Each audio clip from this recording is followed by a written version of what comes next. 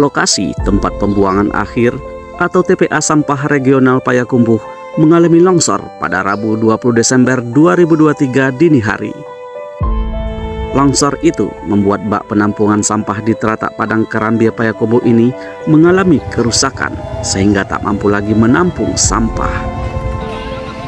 Akibatnya, sejumlah daerah yang membuang sampah di tempat ini terpaksa mengalihkannya ke daerah lain. Kota Payakumbuh dan Kota Bukit Tinggi lebih memilih mengirim sampah ke TPA Kota Padang. Tanggal 20 terjadi bencana tanah longsor di Payakumbuh yang mengakibatkan TPA regional yang ada di Payakumbuh itu tidak bisa berfungsi. Nah, ada beberapa kabupaten kota yang membuang sampah ke TPA regional kesulitan, tidak ada tempat membuang sampah. Nah, ada 2 kota yang bekerjasama dengan kita bantu untuk penampungan sementara, yaitu Kota Bukit Tinggi dengan Kota Payakumbuh. Kota Bukit Tinggi sendiri sudah mulai mengirim sampah ke Kota Padang itu sejak tanggal 23 Desember. Itu rata-rata setiap hari mereka mengirim rata-rata 14 truk per hari. Kalau dari Payakumbuh sudah mulai sejak tanggal 29 Desember, itu rata-rata setiap hari bervariasi 6-15 truk per hari. Kita membuang sampah ini perharinya ada 2 tempat. Yang pertama itu ke Kota Padang, di TPA Kota Padang itu rata-rata sehari itu sekitar 80-90 ton. Kalau untuk ke Lubuk Basung itu di sore hari kita mengangkat itu sekitar 20-30 ton per hari. Kalau ke Padang per hari rata-rata 14 truk, kalau ke Lubuk Basung rata-rata 6 truk.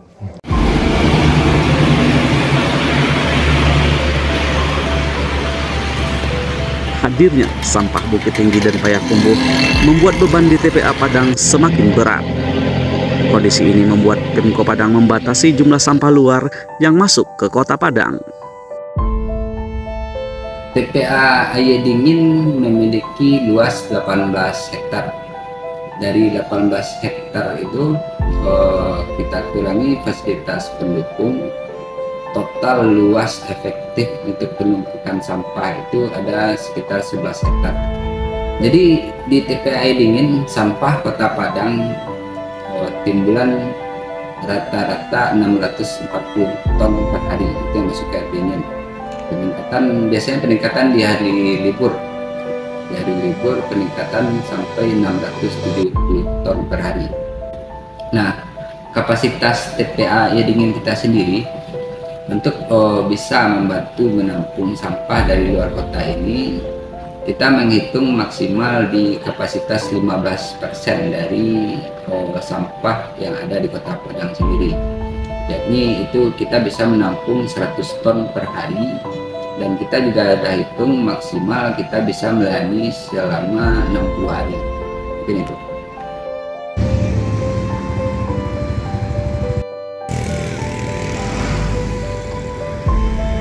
Butuh solusi nyata agar permasalahan sampah betul-betul teratasi dengan baik. Kita untuk isu sampah ini belum pada tingkatan mengelola sampah gitu, tapi hanya memindahkan sampah dari satu tempat ke tempat lainnya. Jadi apa yang selama ini dilakukan oleh kita di Sumatera Barat, oleh pemerintah provinsi dan kabupaten kota di Sumatera Barat, hanya memindahkan sampah dari satu tempat ke tempat lainnya. Dalam hal ini adalah ke TPA begitu. Nah, akibatnya apa? Akibat ini menimbulkan persoalan yang cukup serius di berbagai kabupaten kota di Sumatera Barat. Nah, sampah ini dia sepertinya sangat sederhana, tapi dia berdampak yang cukup signifikan. Kota itu bisa lumpuh hanya gara-gara sampah. Beberapa waktu yang lalu kita tahu bahwa Kota Bukit Tinggi yang selama ini buang sampah ke Payakumbuh tidak bisa lagi karena TPA regional di Payakumbuh longsor gitu, sehingga Payakumbuh Bukit Tinggi mesti buang sampah ke tempat lainnya, dan ini adalah ke Kota Padang. Nah, jadi kami menilainya yang pertama seperti itu, kita belum mengolah sampah tapi hanya memindahkan sampah dari satu tempat ke tempat lainnya. Nah, yang kedua, dengan pengiriman sampah dari Kota Bukit Tinggi, dari Kota Payakumbuh ke Kota Padang, ini pasti efeknya akan mempersingkat umur TPA Air Dingin. Nah, TPA Air Dingin sendiri sebenarnya dia udah mulai over gitu ya, meskipun masih mungkin menampung, tapi sesungguhnya dia tidak layak lagi untuk menampung sampah Kota Padang, apalagi tambahan sampah dari Bukit Tinggi dan Payakumbuh. Nah, tentu ini dia akan mempercepat over keberadaan TPA di Kota Padang, dan ini adalah TPA Air Dingin. Dan untuk itu pemerintah Provinsi Sumatera Barat, pemerintah Kota Padang, Bukit Tinggi, Payakumbuh, dan kabupaten kota lainnya mesti memikirkan kita harus bergeser dari paradigma mengolah sampah di hilir ini ke menyelesaikan persoalannya di hulu gitu. Jadi jangan fokus kita di hilir persoalan sampah, tapi dari hulunya mesti kita selesaikan. Nah, daur ulang sampah ini menjadi salah satu bagian dari solusi, tapi ini bukan satu-satunya solusi begitu.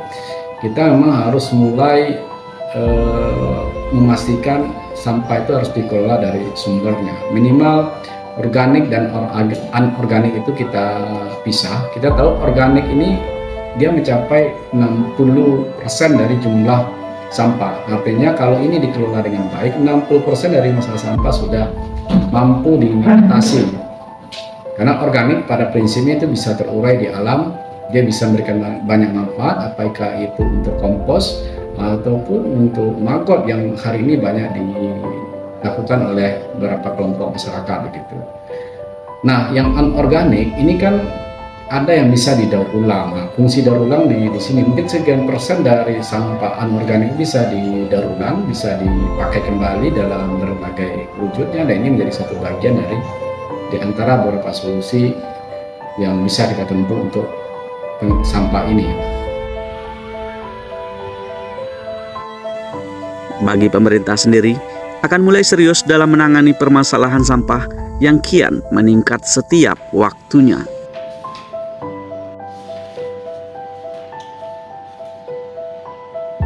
Sampai saat ini Kota Padang kita masih menggunakan sistem konvensional bahwa seluruh sampah diantarkan ke TPA dan ditumpuk di TPA. Nah, kedepannya kita ada satu inovasi bantuan dari pemerintah pusat melalui Kementerian PU Cipta Karya membangun fasilitas RDF, yaitu fasilitas yang bisa mengubah sampah menjadi bahan bakar. Nah, fasilitas ini sendiri yang akan dibangun nilainya sekitar 125 miliar. Dengan kapasitas kerja kita bisa mengolah 200 ton sampah per hari yang bisa dirubah menjadi bahan bakar dengan hasil maksimal sekitar 100 ton per hari. Nah, untuk pelaksanaannya nanti kita menargetkan dari Kementerian PU menargetkan pengerjaan selama 2 tahun, sehingga kita berharap di awal tahun 2026 RDF ini sudah mulai bisa beroperasi. Nah, bahan bakar hasil RDF ini sendiri kita sudah kerjasama dengan PT Semen Padang selaku off-taker pemanfaat bahan bakar untuk pengganti batu bara.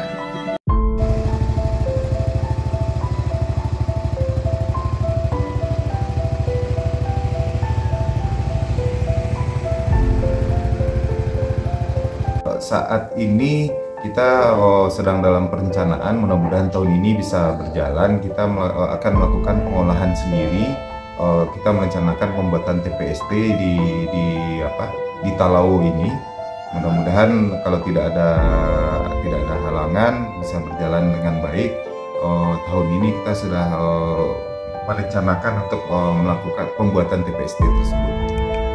plastik ini memang mesti dikurangi mulai dari produksinya. Jadi produksi kemasan plastik ini mesti dikurangi oleh para produsen-produsen. Jadi kita harus mulai dari situ. Yang kedua, memang kita harus mulai mengurangi, membatasi setiap kemasan baik makanan, minuman itu tidak lagi dengan plastik sekali pakai begitu. Karena hanya dengan cara itu kita akan mampu mengurangi atau mengatasi dampak nyata dari plastik. Kita tahu bahwa Sumatera Barat ini kita sudah temukan air kita itu sudah terkontaminasi oleh mikroplastik. Artinya pecahan-pecahan plastik yang kurang ukurannya dari 5 mm itu sudah kita temukan di air kita gitu. Dan tentu ini akan berdampak nyata karena dia akan dapat memicu kanker, autisme dan beragam penyakit lainnya hanya dari sampah yang tidak terkelola dengan baik. Salah satu dari sumber itu adalah plastik. Nah, mikroplastik ini dalam banyak riset dan banyak penelitian itu sangat membahayakan bagi kesehatan manusia dan juga makhluk hidup lainnya. Dan itu sudah ditemukan di Sumatera Barat, salah satunya di Kota Padang begitu. Dan memang tidak ada cara lain selain kita mengurangi dan membatasi penggunaan plastik ini.